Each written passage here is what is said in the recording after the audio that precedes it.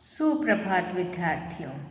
आज हम कुमार संभवम के प्रथम सर्ग के 25वें, 26वें, 27वें श्लोकों की व्याख्या पढ़ेंगे। 25वां श्लोक इस प्रकार है। दिने दिने सा परिवर्धमानः लब्धोदया चांद्रमसीव लेखा पुपोष लावण्यमयान् विशेषान् ज्योत्स्नानन्तराणि कालांतराणि। सर्वप्रथम लावण्यमया विशेषान ज्योत्स्नानंतराणि, इस पद का हम संधि विच्छेद करेंगे तो इस तरह से होगा। लावण्यमयान विशेषान ज्योत्स्ना अनंतराणि इव। अब इसका अन्वय देखिए। लब्धोदया दिने दिने परिवर्धमाना सा चांद्रमसी लेखा एव लावण्यमयान विशेषान ज्योत्स्नानंतराणि कालांतराणि एव पुपोष। अर्थात लब्धोदया का मतलब है उदय प्राप्त करके, अर्थात जन्म लेकर।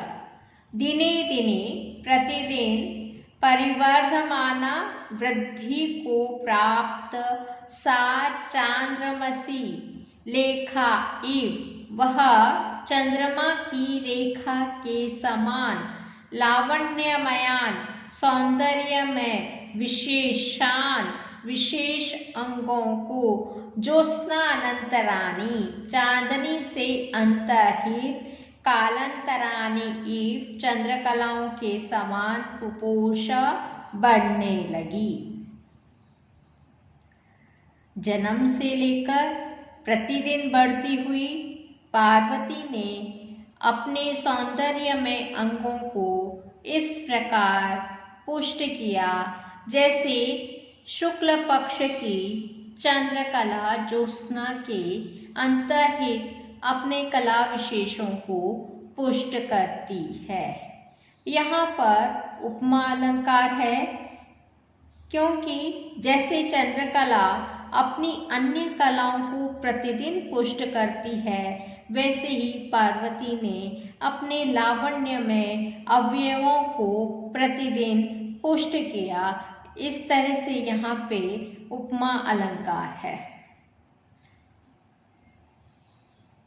समस्त पद है लब्धोदया, इसका विग्रह होगा लब्धः उदयः यया सा बहुव्रीहि समास ज्योत्स्ना स्थानान्तराणि ज्योत्स्नाम अनंतरम येषां तानि बहुव्रीहि समास कला अनंतराणि अन्यः कलाः कलांतरम तानि।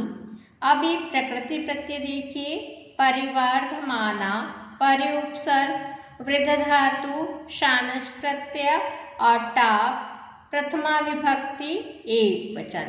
चांद्रमसी चांद्रमसी के बाद अण प्रत्यय और नेपुआ प्रथमा विभक्ति एक वचन। लावण्यमयान पद बनेगा। लावण्य पद पे से मयट प्रत्यय और द्वितीय विभक्ति बहुवचन में लावण्यमयान पद बनेगा। उपोष पुष धातु लेट लकार प्रथम पुरुष एक वचन।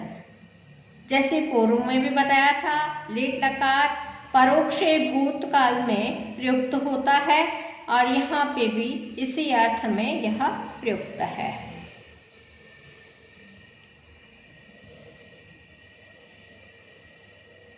अब देखिए 26वां श्लोक। ताम पार्वती त्याभिजनेन नामना बंधुप्रिया बंधुजनो जुहाव ऊमेति मात्रा तपसो निषिद्धः पश्यामुदामाख्या सुमुखी जगाम। इसका अन्वय इस तरह से होएगा। बंधुप्रियाम ताम बंधुजनः आभिजनेन नामना पार्वती इति जुहाव पश्चात् मात्रा उमा इति तपसः निषिद्धा सुमुखी उमा आख्यां जगाम। इस पद्य में उमा का नाम, पार्वती का नाम उमा कैसे पड़ा, यह बात कही गई है। बंधु प्रियाम अर्थात बंधुजनों को प्रिय, ताम उस पार्वती को, बांधुजनः बांधव, आभिजनेन नामना वंशागत नाम से पार्वती इति जुहाव, पार्वती ऐसा पुकारने लगे।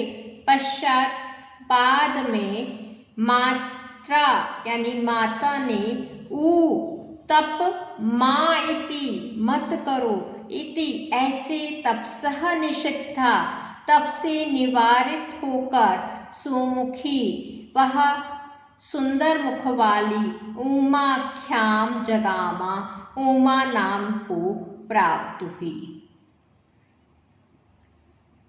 पार्वती ने शिवजी की प्राप्ति के लिए बहुत तप किया और माता जब उसके तप को देखा तो माता के मुंह से ऊ निकला। वेदना को व्यक्त करने वाला जो शब्द है वह है ऊ, और माँ मतलब मत करो, इसी को अभिव्यक्त करने के लिए उमा यह नाम पार्वती जी का हो गया। पहले पार्वती नाम पर्वत की पुत्री होने के कारण पार्वती यह नाम था, लेकिन जब तपस्या अधिक करने के कारण माता के मुंह से उमा इतना अधिक तप मत करो और पार्वती उमा नाम से ख्यात हुई। समस्त पद है बंधु प्रियाम, बंधु नाम प्रिया, ताम षष्ठी तत्पुरुष समास, बंधुजनः बंधुश्चासौ जनः कर्मधारय समास है। उमाख्याम उमा चासौ आख्या, ताम कर्मधारय समास। प्रकृति प्रत्यय देखिए, अभिजने अभिजन से अण प्रत्यय तृतीया विभक्ति एक वचन, जुहाव हु धातु है, लिट लकार प्रथम पुरुष एक वचन, निषिद्धा ने उपसर्ग साध धातु त प्रत्यय टाप हुआ तब प्रथमा विभक्ति एक वचन में निषिद्धा पद बना। सुमुखी सुपसर्ग मुख धातु णित प्रथमा विभक्ति एक वचन, जगाम गम धातु लिट लकार प्रथम पुरुष एक वचन। यहाँ पर काव्यलिंग अलंकार है क्योंकि पार्वती और उमा नाम रखने के कारण कहे गए हैं, अतः जहाँ पे हेतु बताया जाता है वहाँ पर काव्यलिंग अलंकार होता है। आगे 27वां श्लोक, महीभृतः पुत्रवतो अपि दृष्टि तस्मिन् पत्ये न जगाम तृप्तिम अनंत पुष्पस्य मघोर्हिजूते द्विरेफमाला सविशेषंका। पुत्रवतु अपि, इसका अन्वय देखिए, पुत्रवतु अपि महीभृतः अदृष्टि तस्मिन् अपत्ये तृप्तिं न जगाम हि अनंत पुष्पस्य मघो द्विरेफमाला च्युते सविशेषंगा। पुत्रवतः अर्थात पुत्र से संपन्न, संतति से संपन्न भी, महीभृतः पृथ्वी को धारण करने वाले गिरिराज हिमालय को, दृष्टि तस्मीन नजर उस अपत्ये उस पार्वती पर, तृप्तिम न जगाम संतोष को प्राप्त नहीं हुई, ही क्योंकि अनंत पुष्पस्य मघो बहुत पुष्पों से युक्त बसंत को द्विरेफ माला च्युते भ्रमर पंक्ति आम्र मंजरी में सविशेष संगा विशेष रुचि रखती है। तात्पर्य है, पुष्पों से समृद्ध बसंत ऋतु को भ्रमर पंक्ति आम्र मंजरी में ही विशेष रुचि रहती है। बहुसंतति के रहते हुए भी हिमालय की दृष्टि पार्वती पर ही लगी रही। यहाँ पर अति आसक्ति पार्वती पर है। बहुत संतान होने पर भी हिमालय की जो आसक्ति है वह पार्वती पर अधिक है। अत्यासंग रूप साधारण धर्म को 2 वाक्यों में शब्दभेद से निरूपित किया गया है। अतः यहाँ पर प्रतिवस्तु उपमा अलंकार है। समास समस्तपद है। पुत्रवतः पुत्राश्च दुहितश्चेति पुत्रा एक शेष समास है। और महीभृतः महीम बिभर्ति इति महीभृत तस्य उपपद तत्पुरुष समास है। अनंत पुष्पस्य अविद्यमानः अन्तः येषां तानि अनन्तानि न्या बहुव्रीहि समास। अनन्तानि पुष्पाणि यस्यः बहुव्रीहि स तस्यः द्विरेफमाला द्वौ रेफौ येषां बहुव्रीहि समास ते द्विरेफा। द्विरेफानां माला षष्ठी तत्पुरुष द्विरेफमाला सविशेष संगा विशेषेण सह सविशेषः संगो यस्यः सा बहुव्रीहि समास। प्रकृति प्रत्यय देखिए, पुत्रवत में पुत्र पद से मतु प्रत्यय हुआ और षष्ठी विभक्ति एक वचन में पुत्रवतः पद बना।